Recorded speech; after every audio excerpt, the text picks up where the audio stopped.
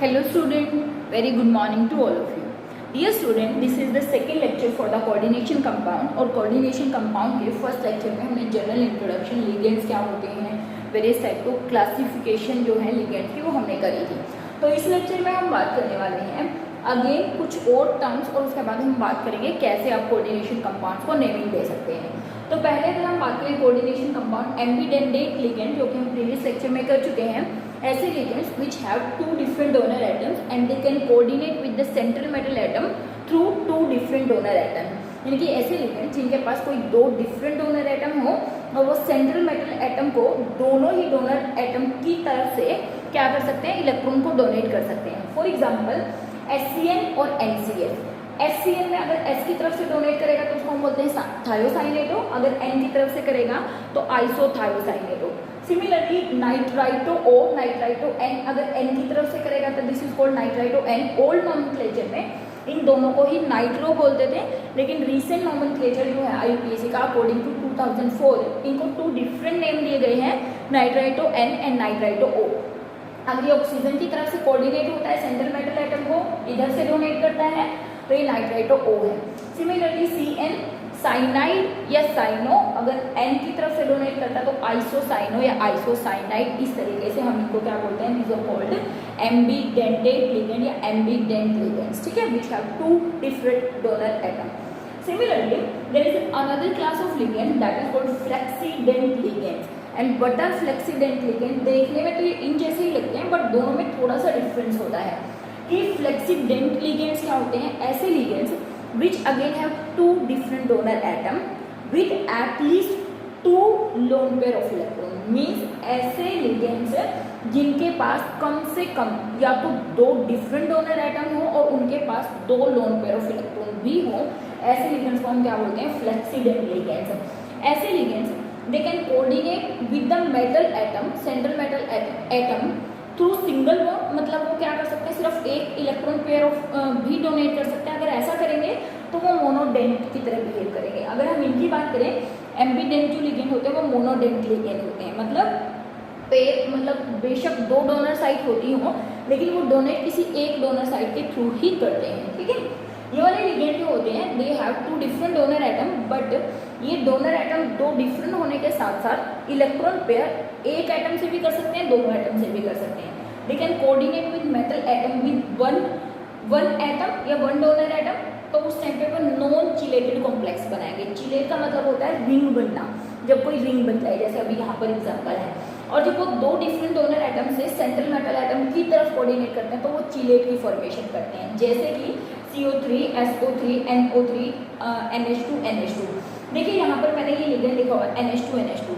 It have two different donor atom this and this. ये दोनों ही अगर क्या करें, सेंट्रल मेटल एटम की तरफ कोऑर्डिनेट करें तो यहाँ पर बच्चे क्या बनेगी, 3 मेंबर्ड रिंग बनेगी। और इस 3 मेंबर्ड रिंग के कारण यहाँ पर क्या आ जाएगी, स्टेरिक स्ट्रेन आ जाएगी। और इस स्ट्रेन के कारण ये जो 3 मेंबर्ड रिंग बनेगी यहाँ पर वो स्टेबल रिंग नहीं बनेगी, मतलब ये वाला कॉम्प्लेक्स स्टेबल नहीं होगा। सिमिलरली अगर हम यहाँ पे बात करें, ये लिगेंड हमारा NH2 NH2 like this NH2 NH2, तो ये क्या कर सकता है, दोनों की तरफ से जब डोनेट करेगा तो यहाँ पर क्या बनेगी, 3 membered ring which is not stable, क्योंकि हमें मालूम है जो रिंग होती है या तो वो 5 मेंबर्ड या वो 6 मेंबर्ड रिंग ज़्यादा स्टेबल होती है। सिमिलरली यहाँ पर SO4 2 नेगेटिव, देखिए यहाँ से भी डोनेट करते हैं, यहाँ से भी, तो यहाँ पर आपको दिख रही होगी कि 4 मेंबर्ड रिंग बनी हुई है। और जब ऐसे ही रिंग बनती है बच्चे, उस रिंग को चिलेट बोलते हैं।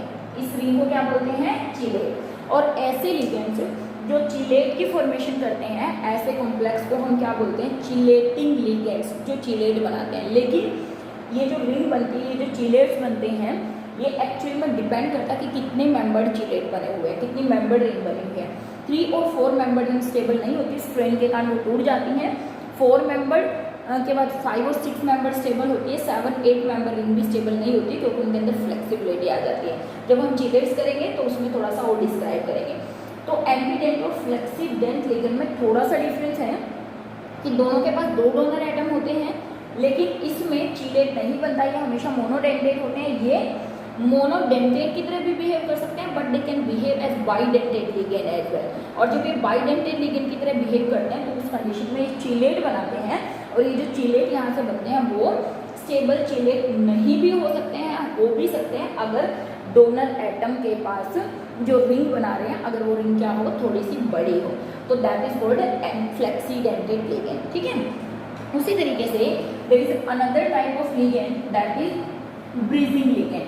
दूसरे भी टाइप के लिगेंड होते हैं जिनको क्या बोला जाता है बच्चे, bridging ligand. And what are bridging ligand? Bridging ligand, bridging ligands ऐसे लिगेंड होते हैं जिनमें जो हमारा लिगेंड होता है वो एक ब्रिज का काम करता है, किसके बीच में, दो एटम्स के बीच में। मतलब यहाँ से जो हमारे कॉम्प्लेक्स बनते हैं, कोऑर्डिनेशन कॉम्प्लेक्सेस बनते हैं, वो कोऑर्डिनेशन कॉम्प्लेक्सेस उसमें दो डिफरेंट एटम, सेंट्रल एटम मिलेंगे। जैसे अब तक तो हमने बात की हम सब में एक ही सेंट्रल मेटल एटम होता है, लेकिन जहाँ पर ब्रीजिंग लिगेंड होंगे वहाँ पर आपको दो सेंट्रल मेटल एटम मिलेंगे। लेकिन ये हो सकता है कि दोनों सेम हो, जैसे आयरन आयरन हो, कोबाल्ट कोबाल्ट हो, कोबाल्ट और कॉपर हो। दो डिफरेंट एटम भी हो सकते हैं, सेंट्रल सेम भी हो सकते हैं, लेकिन होंगे क्या, दो सेंट्रल मेटल एटम होंगे। तो bridging ligands those ligands which have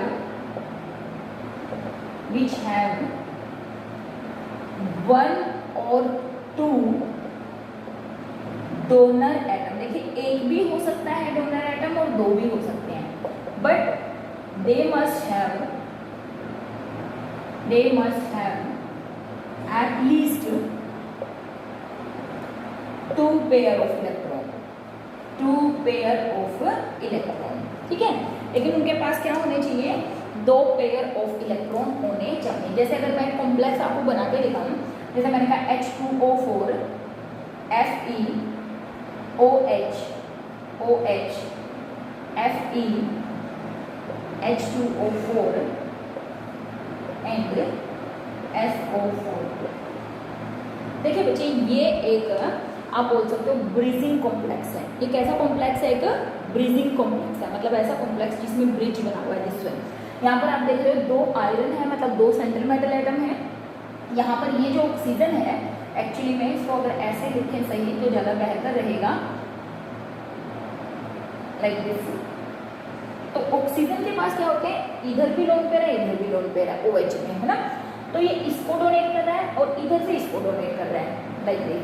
similarly ये इधर से इसको डोनेट कर रहा है, इधर से इसको डोनेट कर रहा है। मतलब एटम एक भी हो सकता है और दो भी हो सकते हैं, टू डिफरेंट एटम्स भी हो सकते हैं जो दोनों। जैसे मैंने अगर यहाँ पर HCl लिख दिया तो HCl में S इसको डोनेट करे, CN इसको डोनेट करे। यहाँ पर लिख दिया S इसको डोनेट करे और CN क्या करे, इसको डोनेट करे।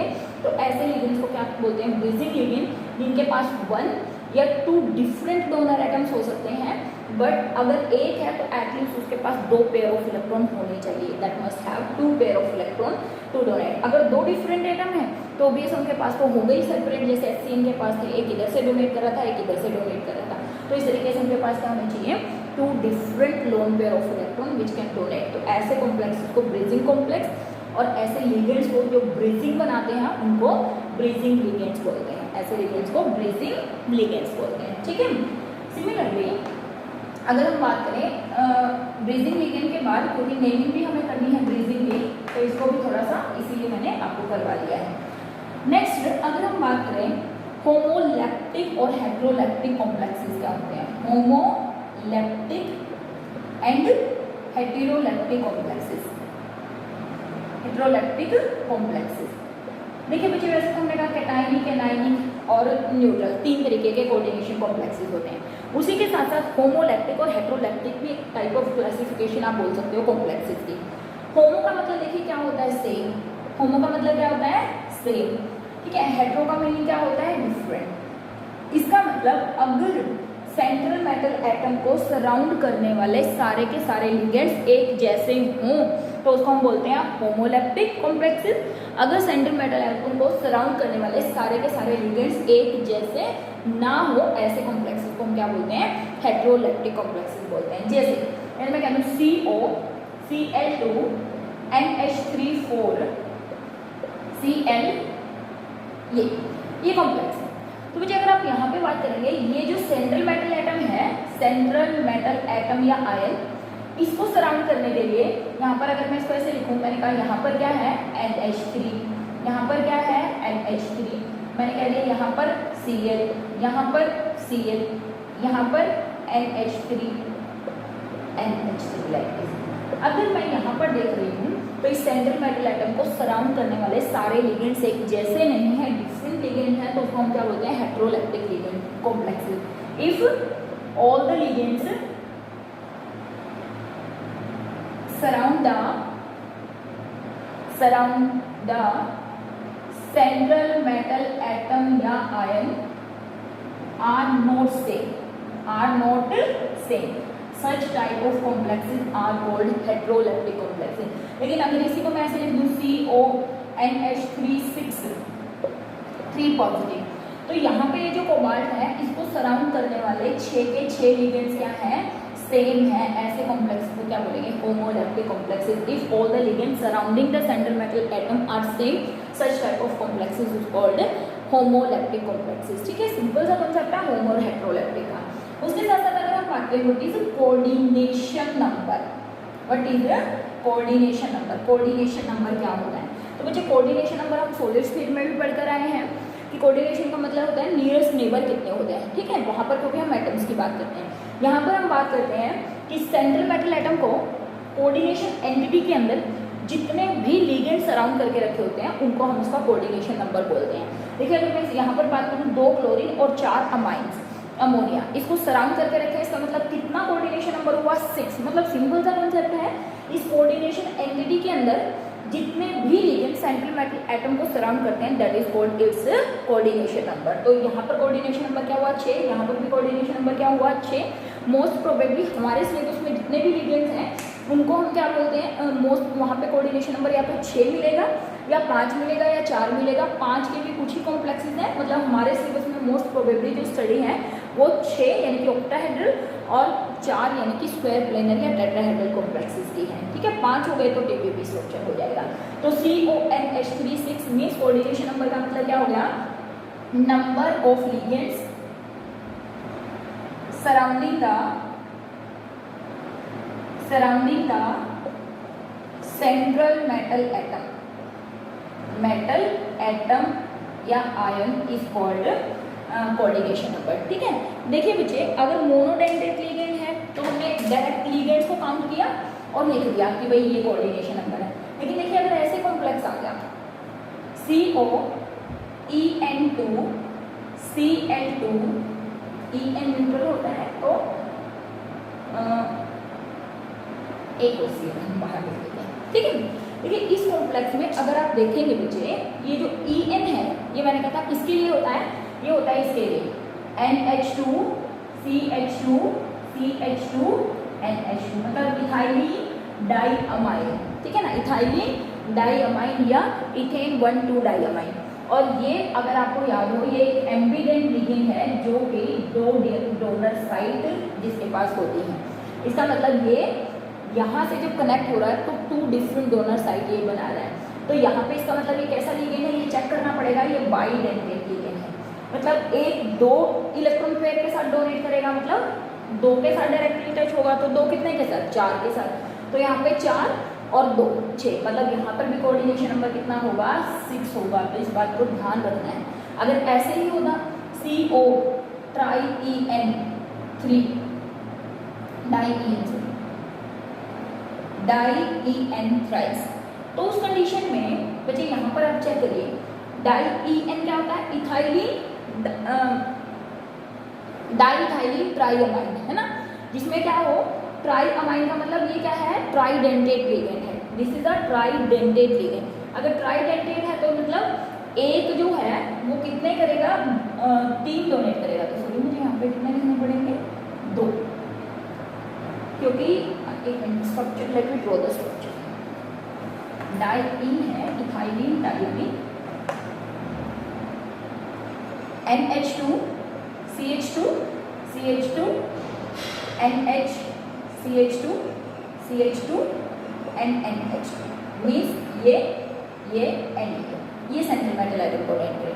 मतलब ये कैसा है, ट्राइडेंटेट लिगेंड है। अगर ट्राइडेंटेट है मतलब एक 3 डोनर एटम और 2 है तो कितने 6, मतलब यहाँ पर भी कोऑर्डिनेशन नंबर कितना होगा 6 होगा। तो इस चीज़ का हमने ध्यान रखना है। कहीं आप कह रहे हो मैडम ने कहा था कि जितने लिगेंड्स होते हैं, लेकिन उसकी डेंसिटी भी चेक करनी है कि कितने डोनर एटम है। तो यहाँ पर भी कोऑर्डिनेशन नंबर कितना हुआ, 6 हुआ, क्योंकि यहाँ पर लिगेंड्स बेशक 2 हैं, लेकिन एक जो लिगेंड है वो ट्राइडेंटेट लिगेंड है, मतलब उसके पास 3 डोनर साइट है, that is why it is tridentate ligand. तो इस तरीके से हम क्या निकाल सकते हैं, कोऑर्डिनेशन नंबर क्या होता है किसी भी लिगेंड का। और ये इंपॉर्टेंट भी है, ये आपसे पूछा भी जाता है कि find what is the coordination number of the following species. तो इसको भी हमने ध्यान रखना है, ठीक है। डेंसिटी का ध्यान रखना है। मैंने आपको ये बात तो पहले भी कही है कि लिगेंड्स के नेम तो आपको याद रखने ही पड़ेंगे, ठीक है। फिर हम बात करें, टर्म आती है कोऑर्डिनेशन पॉलीहेड्रा। कोऑर्डिनेशन पॉलीहेड्रा, इसका मतलब है कि जो कोऑर्डिनेशन कंपाउंड्स हैं, हमने कहा था कि इनका एक डेफिनेट ज्योमेट्रिकल स्ट्रक्चर होता है। हमने कहा था जब डबल साल्ट और कोऑर्डिनेशन कंपाउंड में डिफरेंस किया था, तो हमने कहा था जो कोऑर्डिनेशन कंपाउंड होता है इनका एक पर्टिकुलर ज्योमेट्रिकल स्ट्रक्चर होता है। तो पॉलीहेड्रा का मतलब क्या हो गया, coordination polyhedra, different spatial arrangement of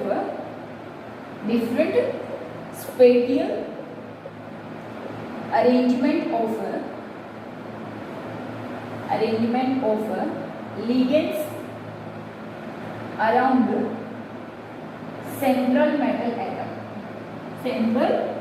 metal atom या ion is called coordination polyhedra. For example मैं कह रही हूँ कोई मेटल है, उसके चारों तरफ 4 लिगेंड्स ऐसे सराउंड हो रखे हैं, लाइक दिस, लोन पेयर।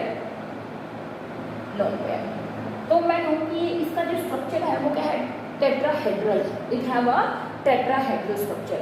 या फिर मैं ऐसे कह दूँ कि मेटल है, उसके अराउंड 4 लिगेंड्स अरेंज हैं, लेकिन उनका स्ट्रक्चर कैसा है, ऐसा, मतलब स्क्वायर प्लेनर है। टेट्राहेड्रल है, कैसा है, स्क्वायर प्लेनर है।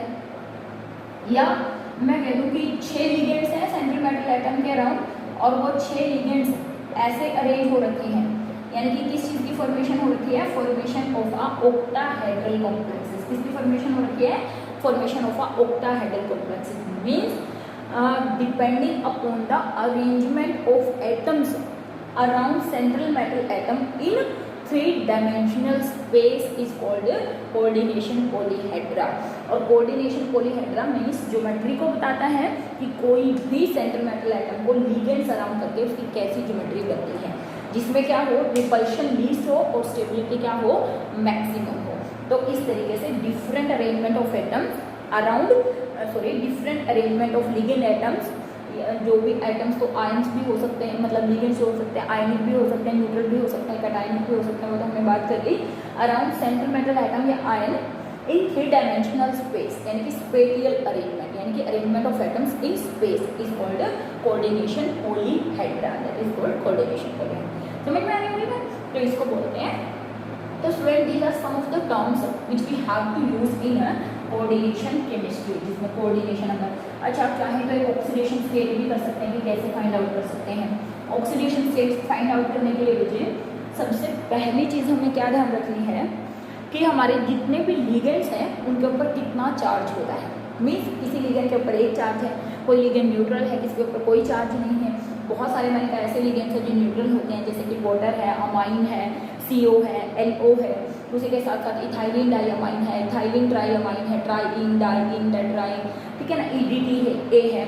ये बहुत सारे ऐसे लिगेंड्स हैं जो क्या है, दीज आर न्यूट्रल कंपाउंड। तो अगर किसी के ऊपर चार्ज नहीं होगा तो भी ध्यान रखना है, किसी के ऊपर चार्ज है। जैसे मैंने अभी भी एक एग्जाम्पल निकाला कि अगर आपने कोई कंपाउंड लिया ऐसे CO, CH2, NH3 4 NCl, और मुझे इसमें इसकी ऑक्सीडेशन स्टेट फाइंड आउट करनी है, मुझे इसमें इसकी ऑक्सीडेशन स्टेट फाइंड आउट करनी है। तो देखिए बच्चे, इसको तो हमने माना X+, 2 क्लोरीन है, और क्लोरीन के ऊपर कितना चार्ज होता है, -1 होता है, प्लस 4 और अमोनिया तो क्या होता है, न्यूट्रल लिगेंड होता है, इसके ऊपर कोई चार्ज नहीं होता है। और इज इक्वल टू, देखिए बच्चे, या तो आप यहाँ पर देख लीजिए, इस क्लोरीन के पास क्या है, -1 है, तो ये भी कर सकते हैं, that is -1 × 1 is equal to, इधर चार्ज तो बेसिकली कोई नहीं दिख रहा है, अभी तो कोई चार्ज नहीं। या आप ऐसे करिए, इस क्लोरीन को अगर मैं हटा दूँ, अगर एक क्लोरीन यहाँ से जाएगा तो यहाँ पर कितना चार्ज जाएगा, +1, तो आप यहाँ से ये वाला क्लोरीन हटा दीजिए और सामने लिख दीजिए +1, ठीक है। तो उस कंडीशन में X आप डिटरमाइन करेंगे तो ये आ गया आपका इधर से -2 उधर जाके कितना हो गया +2 और +1 मीन्स कितना चार्ज आ गया +3 is the charge on cobalt. This is the oxidation state of the cobalt. ठीक है, तो इस तरीके से आप किसी भी कॉम्प्लेक्स में ऑक्सीडेशन स्टेट को डिटरमाइन कर सकते हैं। अब जैसे कॉम्प्लेक्स है CONH3 6, ठीक है, और 3 पॉजिटिव, तो मुझे यहाँ पर इसका निकालना है, तो 0 ही है। इसका मतलब CO कितना हो गया X, इसको हमने रखा है, इसकी वैल्यू कितनी आ गई +3, इसका मतलब कोबाल्ट पे कितना चार्ज है +3 चार्ज है। तो इस तरीके से आप ऑक्सीडेशन स्टेट भी क्या कर सकते हैं डिटरमाइन कर सकते हैं। तो now let me talk about the naming of coordination compound. Coordination compound को कैसे नेम दे सकते हैं, ठीक है। नेमिंग देने से पहले हम कुछ रूल्स पढ़ेंगे, और रूल्स से पहले एक टेबल है आपके बुक में जिसमें लिगेंड्स दिए हुए हैं, उन लिगेंड्स के नेम दिए हुए हैं, उन लिगेंड्स के ऊपर कितना चार्ज होता है वो दिया हुआ है। मैं यहाँ पे लिखती रहूँ उससे कुछ फर्क नहीं पड़ेगा, क्योंकि बेसिकली तो आपको याद करने हैं कि लिगेंड्स क्या होते हैं। मैं तो जब एग्जांपल्स करवाऊंगी तो साथ साथ आपको बताऊंगी ही कि किस पे कितना चार्ज होता है, किसको क्या बोलते हैं, कुछ मैं ऑलरेडी बता भी चुकी हूँ, लेकिन आप कोशिश करिएगा उस टेबल को सारी को याद करने की जो आपकी NCERT में प्रोवाइड है। ठीक है, तो let me talk about the naming of coordination compounds. Naming of coordination compound या कॉम्प्लेक्स। नेमिंग को करने के लिए हमें पहले कुछ रूल्स देखने होंगे। ठीक है, देखिए मुझे कोई भी कोऑर्डिनेशन कंपाउंड है उसके अंदर कैटायन है और एनायन है, तो सबसे पहली बात तो सबसे पहला रूल तो क्या हुआ कि फर्स्ट हम क्या करते हैं, we write cation then anion then anion. ये तो बिल्कुल सेम रूल है, जैसे मैं कहूँ NaCl sodium chloride, Na positive Cl negative, तो पहले सोडियम को और फिर इसको लिखते हैं क्लोरीन की। तो अगर हम बात करें क्या कि जो हमारी कोऑर्डिनेशन एंटिटी है, कोऑर्डिनेशन एंटिटी मतलब कोऑर्डिनेशन स्फीयर के अंदर जो भी कॉम्प्लेक्स है, तो पहले first we have to write the name of ligands, then name of central metal atom. मैं सेंट्रल मेटल एटम यही वर्ड यूज करूँगी सेंट्रल मेटल एटम के लिए। कोऑर्डिनेशन एंटिटी में first we have to write the name of the ligand, पहले ligands के नाम लिखने हैं, बाद में सेंट्रल मेटल एटम का नाम लिखना है, पहले लिगेंड्स के फिर सेंट्रल मेटल एटम का। तीसरा पॉइंट ऑफ अटैचमेंट की अगर हम बात करें, point of attachment, point of attachment of ligands means जैसे अभी मैंने बात करी थी कि इसकी एम्बीडेंटेट लिगेंड की, कि अगर एम्बीडेंटेट लिगेंड में अगर ऐसे अटैच है NO2 ऐसे लिखा हुआ है तो इसका मतलब अटैचमेंट N से है, तो उसको मैं नाम लिखूंगी ऐसे नाइट्राइटो N। अगर किसी को ONO ऐसे लिखा हुआ है तो मैं इसको क्या बोलूँगी nitrito O। Means point of attachment का ध्यान रखना है कि वो नाइट्राइटो N है या फिर नाइट्राइटो O है। ठीक है, फिर fourth all the ligands should be written continuously without leaving any space between them in alphabetical order। Alphabetical order means हमें अगर एक से ज़्यादा लिगेंड मिले हुए हैं, अगर क्या है हमारे पास एक से ज़्यादा लिगेंड है, 4 हैं 5 हैं 6 हैं, तो हमें क्या करना है लिगेंड्स को अल्फाबेटिकली अरेंज करना है, जैसे पहले A वाले फिर B वाले फिर C वाले फिर D वाले, लेकिन लिगेंड्स के बीच में कोई भी स्पेस नहीं छोड़नी है। पहले लिगेंड के नाम लिखने हैं, हमने बात करी, और लिगेंड्स के जो नाम लिखने हैं वो किस में अल्फाबेटिकल ऑर्डर में लिखने हैं। पहला रूल कैटायन को लिखेंगे फिर एनायन को, कोऑर्डिनेशन एंटिटी में पहले लिगेंड्स को फिर सेंट्रल मेटल एटम को। अगर पॉइंट ऑफ अटैचमेंट चेक करना है तो वो लिखना पड़ेगा कि नाइट्राइटो N है या नाइट्राइटो O है। फिर हमने कहा कि जब नेम ऑफ लिगेंड्स आप लिखेंगे तो वो अल्फाबेटिकल ऑर्डर में होने चाहिए, यानी कि पहले A वाले फिर B वाले फिर C वाले एंड सो ऑन। ठीक है, if more than one ligand है, इफ मोर सिंपल बता देते हैं, अगर 2 लिगेंड है उसके लिए डाई ट्राई टेट्रा पेंटा इस तरीके से वर्ड यूज करते हैं, जैसे penta amine, hexa amine, di aqua, like इस तरीके से नेम लिखेंगे। ठीक है, लेकिन इम्पोर्टेंट है, if ligands have already used words that is di, tri, tetra, etc. जैसे अगर मैं नाम लूँ इथाइलिन डाइअमाइन, इथाइलिन डाइअमाइन, अगर उसमें ऑलरेडी डाई वर्ड यूज हो चुका है, ठीक है, डाई इथाइलिन ट्राइअमाइन, उसमें ट्राई वर्ड ऑलरेडी यूज हो चुका है, तो उस कंडीशन में then we have to use some different words, different words. कौन से वर्ड? अगर मान लिया EN2 है, EN2 है, तो इसके लिए हम क्या वर्ड यूज करेंगे? बिस, दो के लिए, बिस किसके लिए? 2 के लिए, ठीक है, क्योंकि डाई तो ऑलरेडी इसमें आ चुका है, इसके लिए क्या बोलेंगे? बिस। अगर 3 है तो ट्रिस, यहाँ पर अगर ये 3 होता तो इसको मैं क्या बोलती? ट्रिस, और फिर इसका नाम लिखती ब्रैकेट के अंदर, ठीक है ना, ट्रिस ऐसे लिख के, tris ethylene di ethylene triamine, di ethylene tri, sorry चलो डाई EN कर देती हूँ, डाई इथाइलिन ट्राइअमाइन, ठीक है। तो ट्रिस डाई इथाइलिन ट्राई, क्योंकि इसमें डाई तो ऑलरेडी आ चुका था, इसलिए क्या वर्ड यूज किया? ट्रिस। 4 के लिए टेट्राकिस, 5 के लिए पेंटाकिस, 6 के लिए हेक्साकिस एंड सो ऑन, इस तरीके से हम वर्ड्स यूज करेंगे, ठीक है। और अगर बच्चे क्या है, ऐसे ये वाले लिगेंड्स हैं, मतलब ऐसे लिगेंड जिनके पास एक से ज़्यादा डोनर साइट होती है, यानी कि जो चिलेट्स बनाते हैं, ऐसे लिगेंड्स के नेम हमेशा किस में लिखे जाएंगे? स्क्वायर ब्रैकेट्स के अंदर लिखे जाएंगे। ऐसे लिगेंड्स के नाम किसके अंदर लिखे जाएंगे? स्क्वायर ब्रैकेट के अंदर लिखे जाएंगे, ठीक है। और जो इम्पोर्टेंट बात ध्यान रखनी है वो क्या? जैसे किसी कॉम्प्लेक्स का नाम ऐसे है K4FeCN6 लाइक दिस, मतलब कोऑर्डिनेशन एंटिटी के बाहर कोई अल्काली या अल्केलाइन अर्थ मेटल रखा हुआ है। कोऑर्डिनेशन स्फीयर के बाहर क्या रखा हुआ है? कोई अल्काली या अल्केलाइन अर्थ मेटल रखा हुआ है। इसका नाम हमेशा पहले लिखना है, मतलब इसको लिखना पोटेशियम, सिर्फ पोटेशियम लिखना है, इसको टेट्रा पोटेशियम नहीं लिखना, ये बात ध्यान रखनी है। क्या लिखना है? सिर्फ इसको हम क्या लिखेंगे? पोटेशियम, नो टेट्रा पोटेशियम, मतलब नेमिंग यहीं से शुरू होगी। Potassium hexacyanoferrate, hexacyanoferrate like this. और कुछ कॉम्प्लेक्सेस ऐसे हैं जिसमें मैंने अभी लिखा था CONH3,4Cl2Cl, यहाँ पर नेमिंग तो लिगेंड से शुरू होगी, यानी कि टेट्रा अमाइन डाइक्लोराइडो कोबाल्ट, और ये जो कोऑर्डिनेशन स्फीयर से बाहर वाला Cl है उसको सबसे लास्ट में लिखेंगे, और उसको क्या लिखेंगे? क्लोराइड। क्या लिखेंगे? क्लोराइड। तो मतलब अगर ऐसे कॉम्प्लेक्स हैं उनका नेम यहाँ से शुरू होगा, मेटल पे खत्म होगा। ऐसे कॉम्प्लेक्सेस हैं उनका नाम लिगेंड से शुरू होगा लेकिन खत्म यहाँ पर होगा, मतलब क्लोराइड को बाहर लिखना पड़ेगा। इसके बाहर सल्फेट है तो सल्फेट नॉर्मल, तो उस टाइम पे इसको क्लोराइडो, फ्लोराइडो, ब्रोमाइडो इस तरीके से नेम नहीं देने वाले हैं, ठीक है। और हमने कहा कि नेमिंग ऑफ लिगेंड्स तो मैं आपको ऑलरेडी बता चुकी हूँ कि IDE का -E हटा के IDO, सल्फाइड, सल्फाइडो, ठीक है ना। सल्फेट क्या बन जाएगा? -E+O, सल्फेटो यानी कि एटो।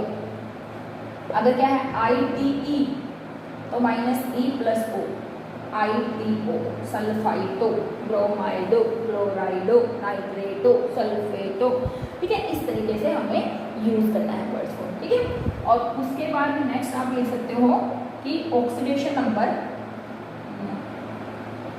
Oxidation number of central metal atom is written in Roman numerals. Roman numerals after name of ligand, name of central metal atom.